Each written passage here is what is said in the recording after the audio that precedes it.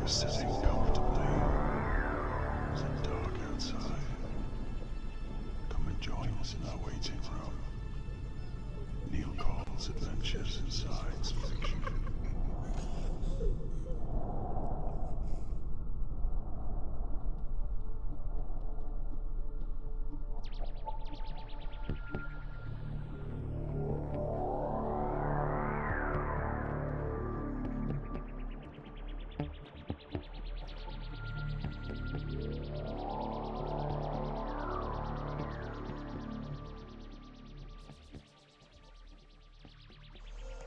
Hello from a very rainy Northumberland, and welcome to episode 2 of the Museum of Classic Sci-Fi video blog.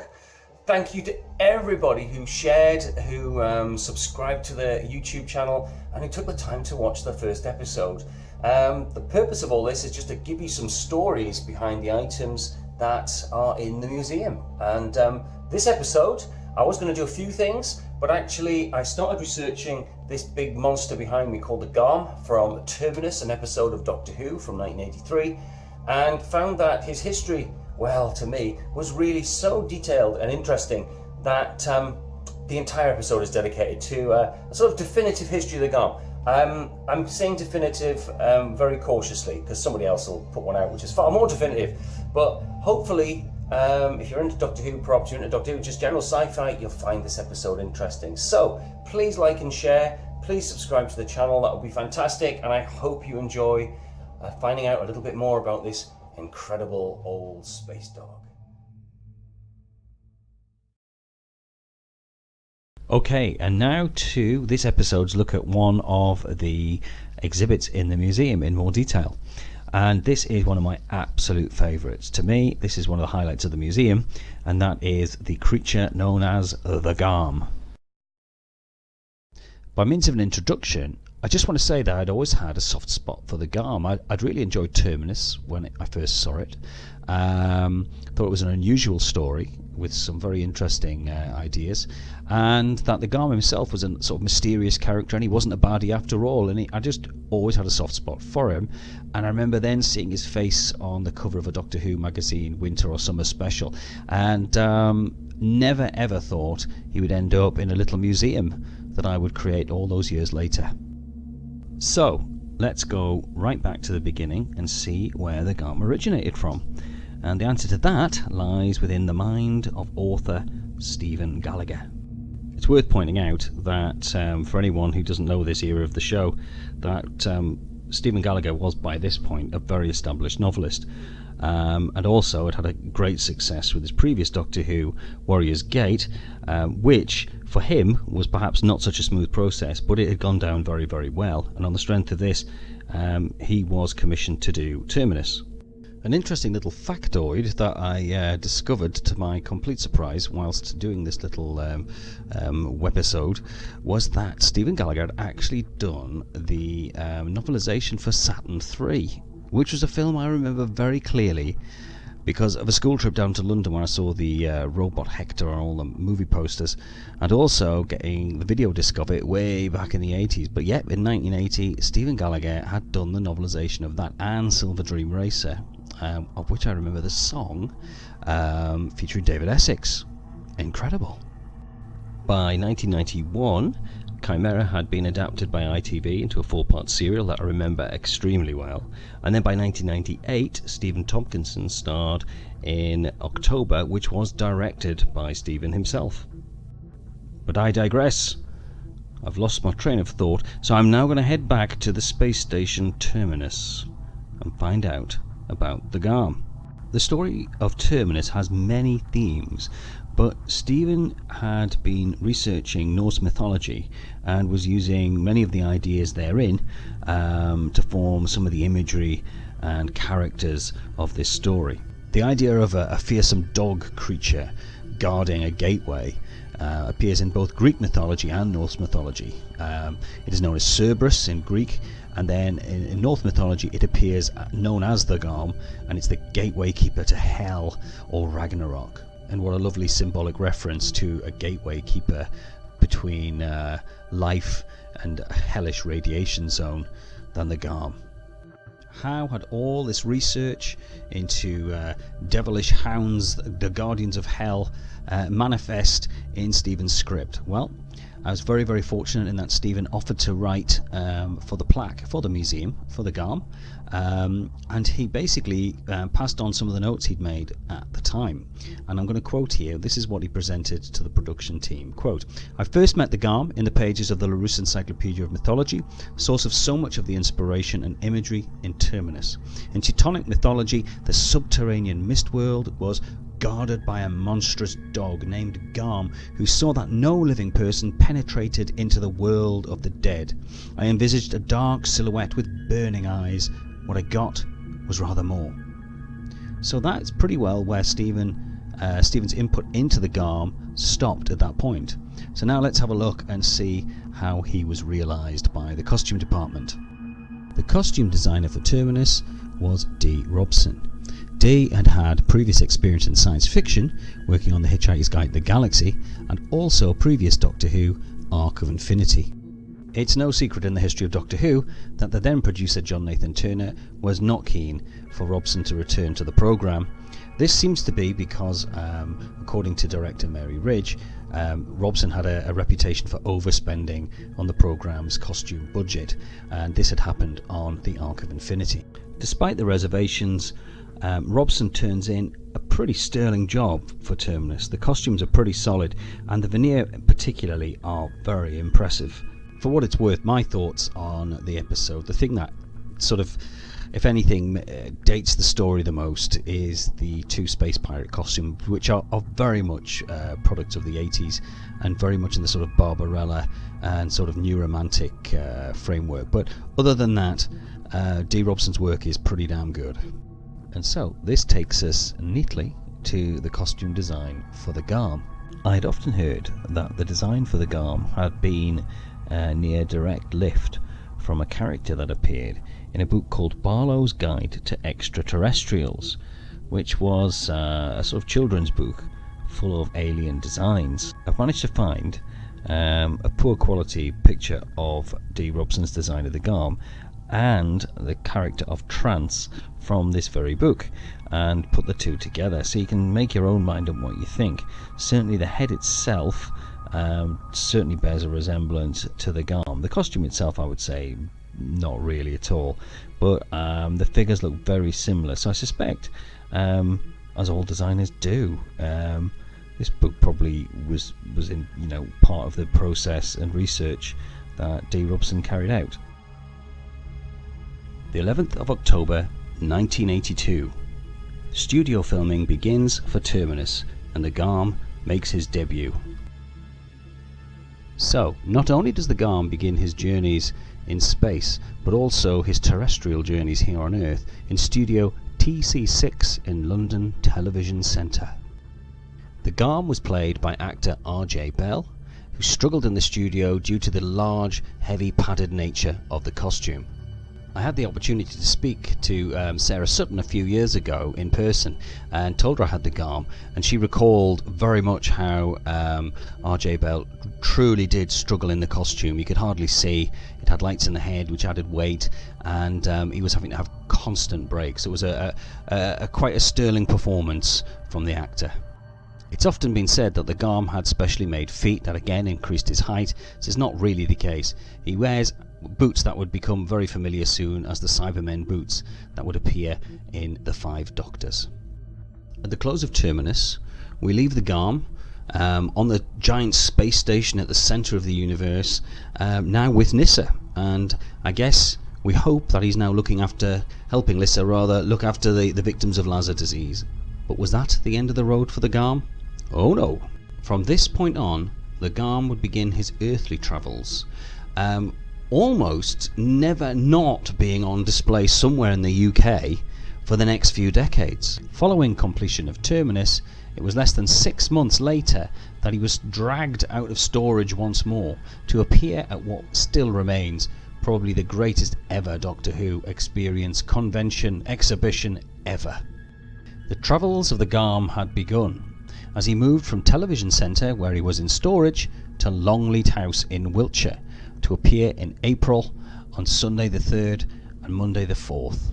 Although Doctor Who costumes and props had already been displayed for many years at both the Blackpool and Longleat exhibitions, the Doctor Who celebration was, it's fair to say, a massive, massive event. And many props and many costumes and sets, for that matter, were on display over the weekend. With the 2-day Longleat event completed, there was no actual rest for this hard-working space monster. Oh no. The Garm was soon to appear once more in a different exhibition. Now, I have no records to confirm whether or not the Garm appeared after the weekend at Longleat in '93 in their standard exhibition, but what I do know is from 1984 he travelled up the M6 to the ever-popular Blackpool Doctor Who exhibition. Here he remained for a full season from 1984 to 1985. Sadly, I never visited the Blackpool exhibition following my one visit in 1975, and I wish I'd seen the Garm and the props of that time then. At the end of the Blackpool exhibition summer season 1985, it was back to the M6 and a return to Longleat Doctor Who exhibition for the 1986 season. Now, the next sighting of the Garm appears after the demise of the classic show of Doctor Who on the BBC. The Garm now moves to London, back to where it started nearly, to the Museum of the Moving Image, and what was really the first of the truly retrospective exhibitions looking back at the series that had now stopped being transmitted. Personally, the Behind the Sofa exhibition I find very interesting because it marks the time when I first started to sort of rekindle my interest in Doctor Who. I had just started reordering Doctor Who magazine, and it was through the pages of the publication that I realised that there was still sort of activity. I'd heard that the Blackpool exhibition had closed a while back, but was delighted to see that there was a display happening. Of course, I was incredibly hard up at that point in my life. I didn't have 2 pennies to rub together, and the chance of going to London to see this exhibition was absolutely impossible.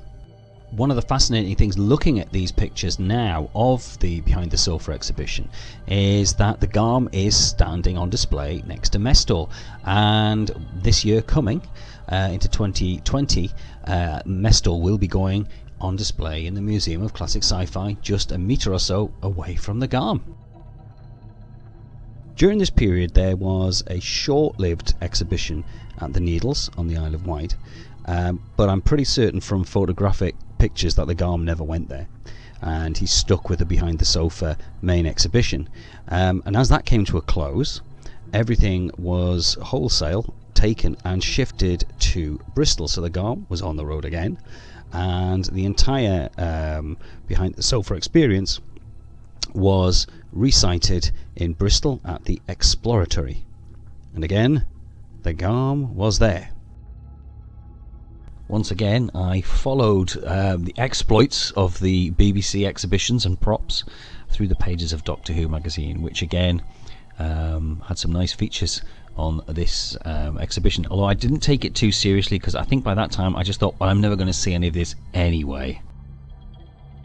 Following the close of the Doctor Who experience at the Exploratory, the Garm was now going to head northwards to North Wales and to the beautiful location of Llangollen in Wales, and that was a really, really important thing for me because this was the first Doctor Who exhibition I got to see since I was a child in 1975.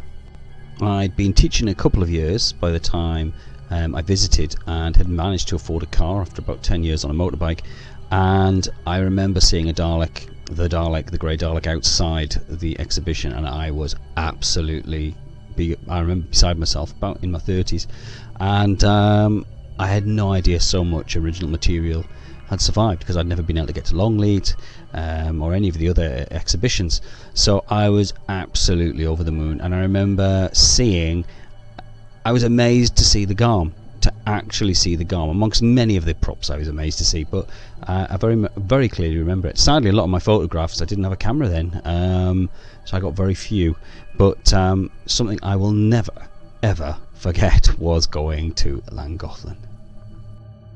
It came of something as a surprise that in 2004 the Blackpool Doctor Who exhibition was going to reopen very close to the site of the original. I honestly had thought that the closing of Llangollen marked the end of this wonderful classic era collection, but no, they were being certainly given a reprieve, and this was one time I would be able to get to Blackpool. I had little doubt that the Garm would form part of this new exhibition, as it was in the press described as being every prop that was left in the classic series that the BBC owned being put under one roof. And certainly there was the Garm, although now his arms were looking very, very tired indeed. I'd visit the Doctor Who museum about once a month, because now I had a little car, and it really, an hour and a half's drive to me was no big deal to go and see such an amazing collection. One thing I did notice though was that the Garm, his arm, particularly one of his arms, was in a terrible condition. I could see on repeated visits the rubber literally crumbling away, and one day I even approached the person in the ticket office and said, look, can I come and repair this for nothing? I don't care, I'll come down next weekend, I'll start working on it. Sadly, of course, they'll probably thought, who was this guy? And I wasn't allowed to. It came as no real surprise, but it still really hurt, to be honest, when in 2009 it was announced that the museum was going to close. So it was time for the Garm to be on the move again, and this time he was going back to familiar turf, from Blackpool all the way back to London, getting ready to be sold at auction. News of this new auction took me straight back to 1990 and memories of seeing Blue Peter advertise Bonham's auction then, and knowing and thinking that I would never ever own an original, even small piece from Doctor Who. As a regular visitor to the Blackpool Museum, you could sense in the air that with the arrival of the new show in 2005, the revamped Doctor Who, you could feel the lack of care and neglect for the exhibits in the museum. To be clear, I'd always struggled to get funds together for props, and I went without things to do so, and I saved like hell once I knew the museum was closing. I thought there's got to be an auction coming off here, and this is my chance to maybe, just maybe, afford a monster perhaps. You know, my dream was to always, try and get even a monster from Doctor Who. So this was it.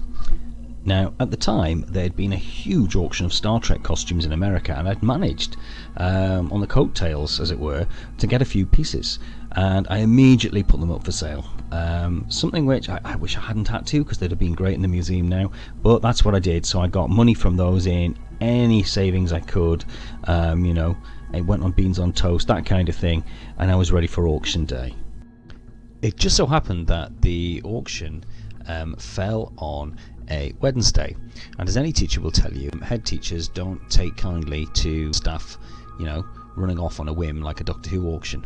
So this meant I couldn't attend the auction. Instead, I had to bid online, and for a couple of weeks before, I agonised over which lots to put my very small sums of money relatively in this sort of field, and I chose props that I felt were the unloved pieces, the ones that needed work, the ones that would perhaps the very wealthy buyers, who would doubtless be there, would be less likely to bid on, because they could outbid me in a second. So I also knew, unfortunately, that if I lost on a lot, I couldn't move my money around because I wasn't physically there. I was in the classroom. So it was a pretty tense day.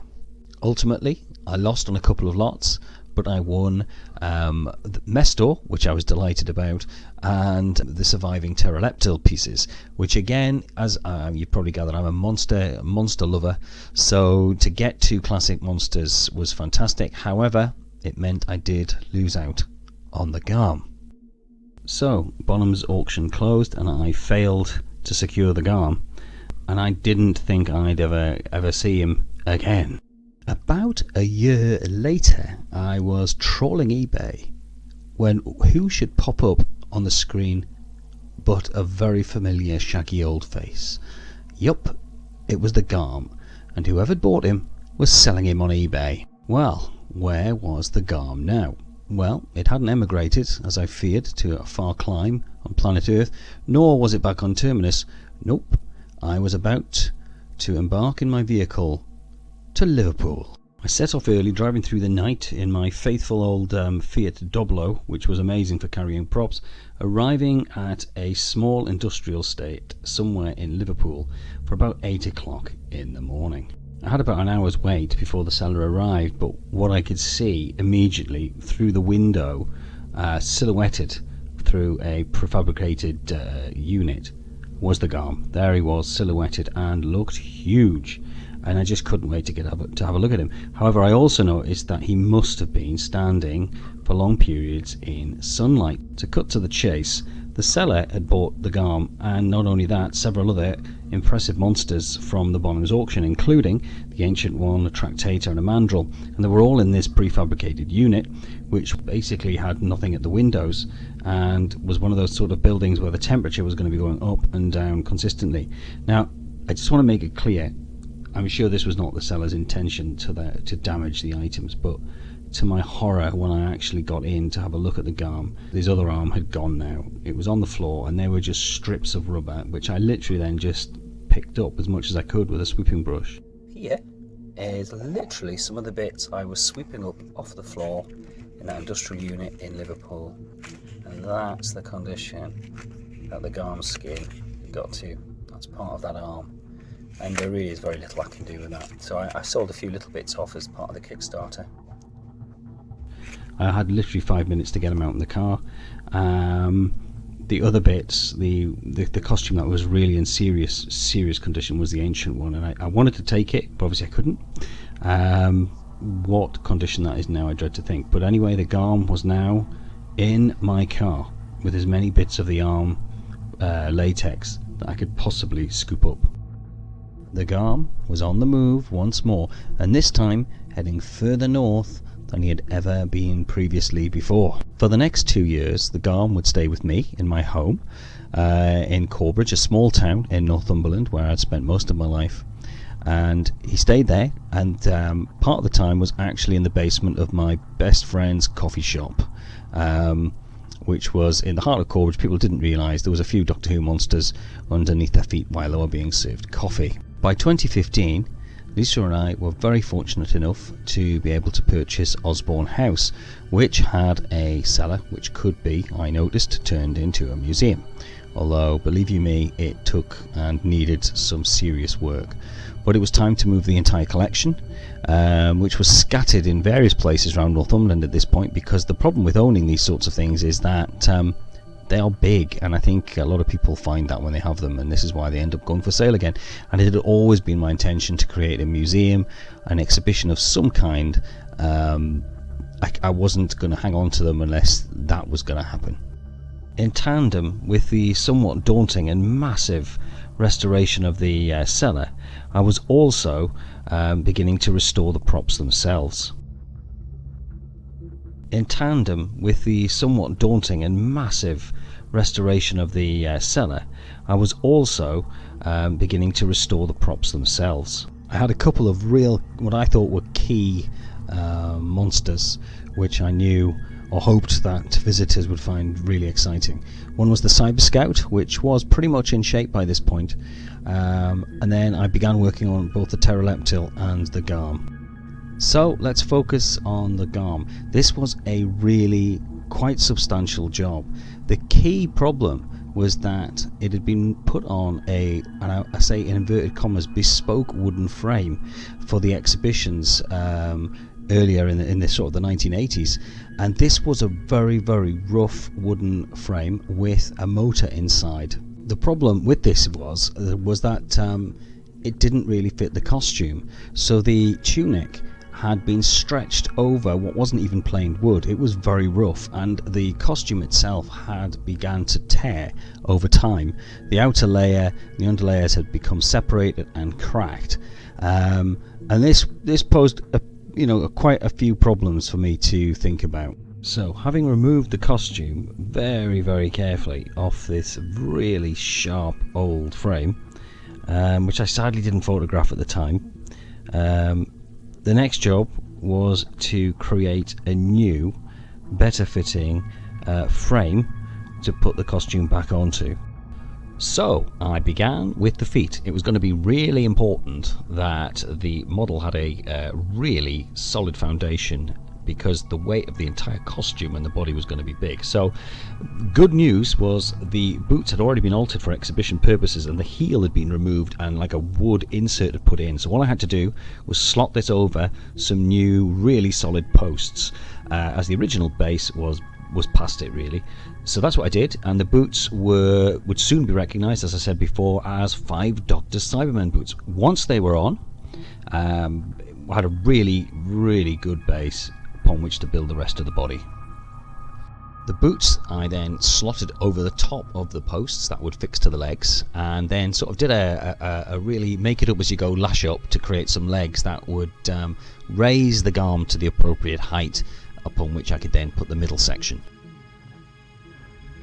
Next up was the nightmare of the torso. Again, I'm not a tailor, so I'd never really made a body shape to fit a costume, or vice versa, to be fair.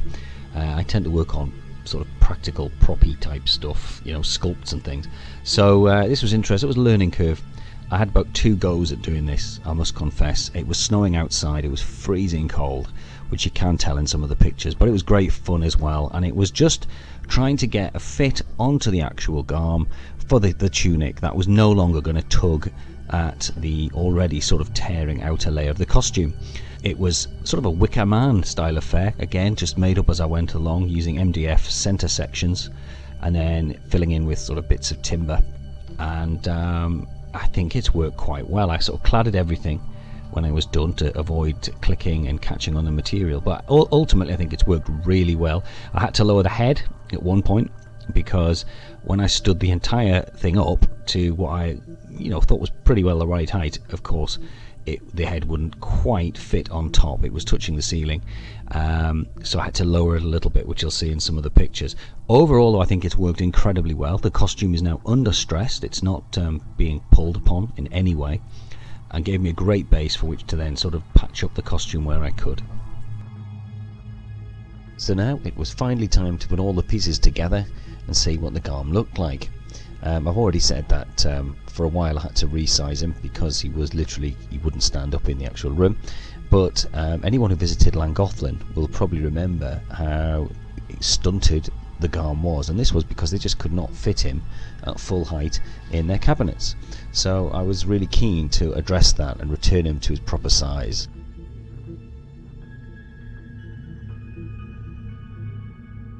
There is, of course, a final elephant in the room, and that is the element that was destroyed slowly through neglect over time, the Garms Arms. And this final little section here looks at my attempts to create 2 new ones. The first thing I did was create 2 wooden sort of stands that were fixed to the body frame that would allow me to attach some new sculpted arms. After that, it was about creating 2 new arms, so I used a sort of mesh and plaster lash up, which gave me a sort of firm foundation to then begin sculpting. The good news was those bits of swept up skin, which I nearly didn't bother with because they looked past it, were perfect for matching the skin texture of the Garm along with screenshot photographs. Now, I must confess I haven't completely finished the arms, but they're nearly there, and I have done some test fits, as you can see in the pictures here. With the deadline to open the museum fast approaching, I decided to put the Garm in armless, and to be honest, he's working quite well without his arms, but at some point I would like to get those arms in place. And well, that nearly completes our story of the journeys of the Garm. What the future holds for him, who knows, but he's certainly safe here, and here for you all to visit from hopefully many years to come. But the story's not quite finished. Earlier this year I was just stunned to be sitting at the museum desk on a Saturday morning when Stephen Gallagher himself, creator of the Garm, walks through the museum door. It was a quite surreal and wonderful moment to have the very creator of the Garm himself in person meeting the Garm for the first time since he last saw him in studio for the filming of Terminus, and certainly something I shall not forget quickly. So that brings us to the end of this episode of the Museum of Classic Sci-Fi video blog. Hope you enjoyed it, and please subscribe to the channel, send a comment would be great, and I will hopefully see everybody here on this channel in another couple of months with episode 3.